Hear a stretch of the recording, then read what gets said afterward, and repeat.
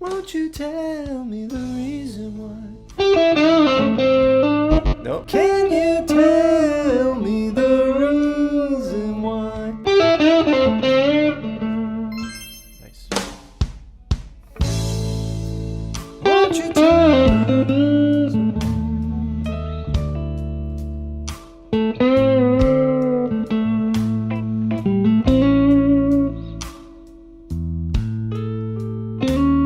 So that was the riff over the 1 chord. Let's bring it back around and try it over the 4 chord.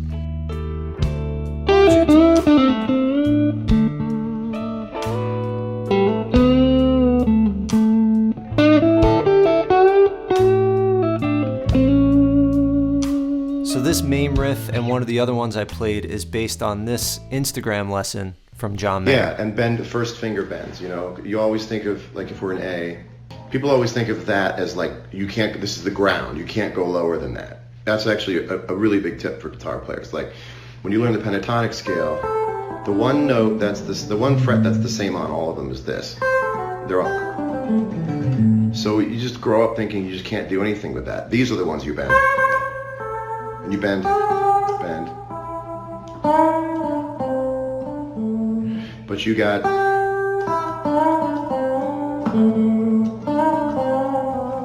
Right? And that, this is the B.B. King. Won't you tell me the reason why?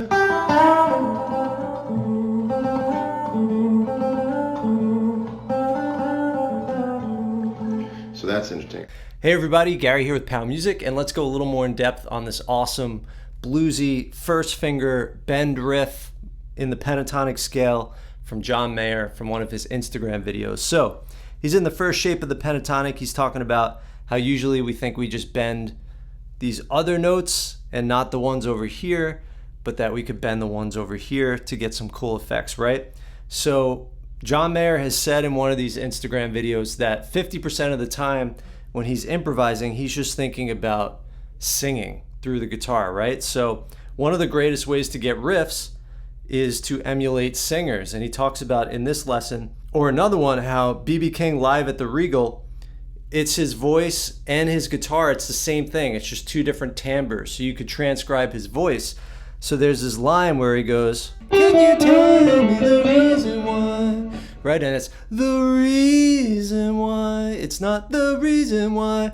So we could bend up to that. Right, so this note in particular that we're bending, usually we bend this note somewhere between a quarter step and a half step, like this. Because in the blues, this is the minor third of the 1 chord, and this is the major third, right? And the chord we're usually playing, this note is not in the minor pentatonic scale. Here's another place where it is. And here has the major third, but the minor pentatonic has the minor third. So you hear things a lot like, it's just a little bend. It doesn't even really qualify as a bend, but this, that's a full-on whole step bend. So that is, for me, unusual to do that move. So I'm happy I added this to my vocabulary. And then he also goes, comes out below that minor third and bends up to it. And that works really well on the 4 chord because that note is the 7th, the flat 7 of the 4 chord. So on the 1 chord, can you tell me the reason why? And then on the 4,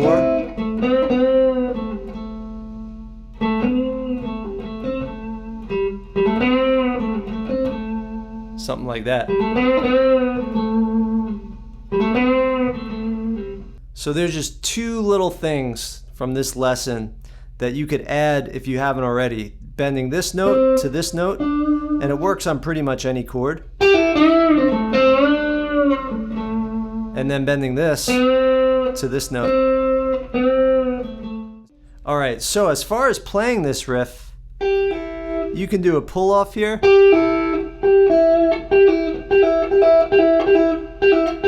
either third finger to first finger. I like pinky. And then this you could do two ways. You can get all the notes with one pick. 3 notes. Up, down, pull.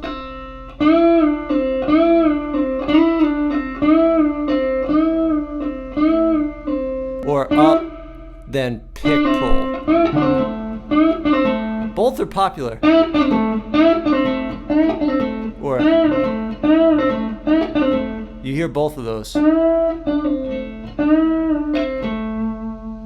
Right? And that, I'm using the kind of fulcrum technique. So I'm going like that. And with any of these riffs, you want to learn them real slow. Can you tell me the reason why? And we can go up and down, reason, or reason why, reason why. We can kill it at the top, reason why, or reason why.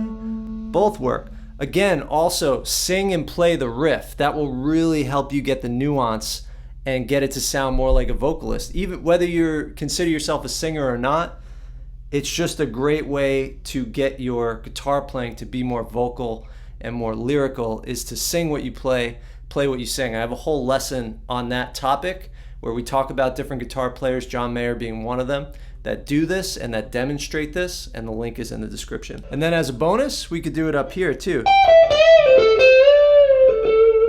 Pattern 4.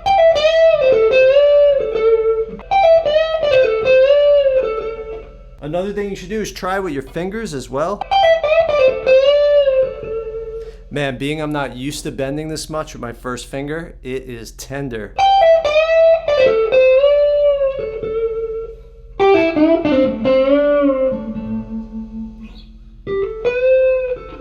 And then here, that's the same as.